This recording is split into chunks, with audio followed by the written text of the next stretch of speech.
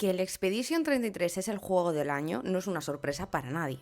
Pero ¿y si te digo que a mayores nos sirve para hablar fenomenal de cómo es el afrontamiento del duelo? Agárrate, que vienen curvas y unos spoilers como las ganas de luchar de un gestral. Así que si no has jugado al juego, aprovecha este vídeo para ir a jugar ahora mismo, deja lo que estés haciendo y luego si quieres vienes a verlo. El Expedition 33 no solo es un juego precioso con una banda sonora que te caes muerta, sino que a mayores nos habla de pérdida, de duelo y cómo respondemos ante él.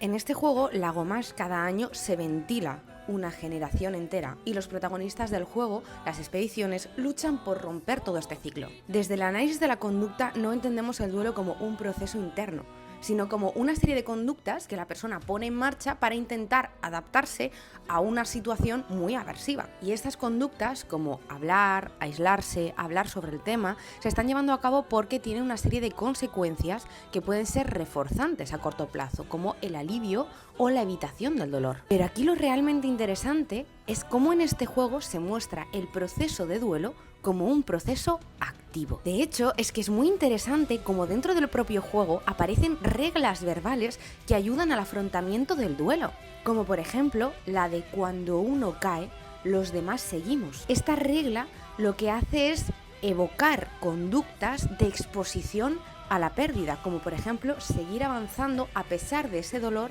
y cómo ese dolor precisamente da fuerzas a la expedición para poder romper el ciclo de Lagomash. De esta manera, ante una situación de pérdida que con frecuencia sufren las expediciones, el dolor por la pérdida no actúa como un semáforo en rojo que les impide avanzar, sino como un verde que precisamente da fuerzas para que la expedición continúe avanzando y esa pérdida motiva a cumplir ese objetivo. Y si nos fijamos en los propios protagonistas del juego, vemos que a la hora de afrontar diferentes procesos de pérdidas, tienen conductas de afrontamiento totalmente diferentes para intentar adaptarse. Por ejemplo, Mael, cuando muere Gustav, tiene muchas conductas de acercamiento hacia ese fallecimiento, como esa de, por ejemplo, escribir en el diario. Esto a ella le ayuda porque le da la sensación de que la muerte de Gustav no ha sido en vano, no ha tenido ningún sentido, y al mismo tiempo que escribe en el diario, está dedicando un rato del día a exponerse al dolor que siente por la pérdida de su amigo. Y realmente el acercamiento que hace Mael es muy parecido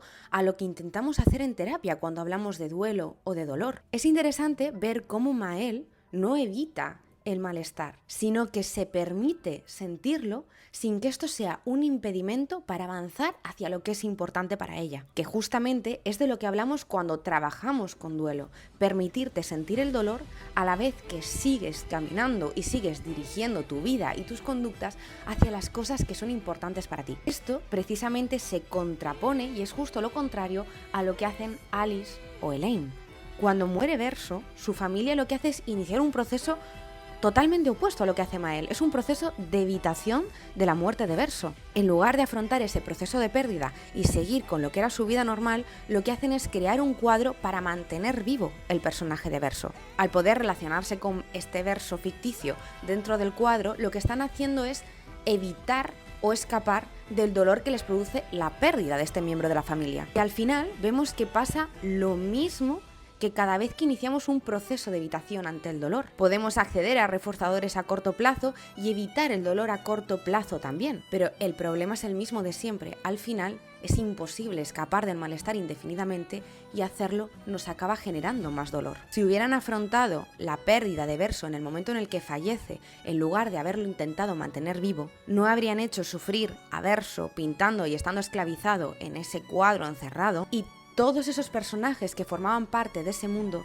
no habrían sufrido. Además de que no pueden escapar del dolor indefinidamente, ya que el cuadro necesita a alguien que se siga encargando de él. Y cuando una persona pasa mucho tiempo dentro del cuadro, llega un momento que no puede más.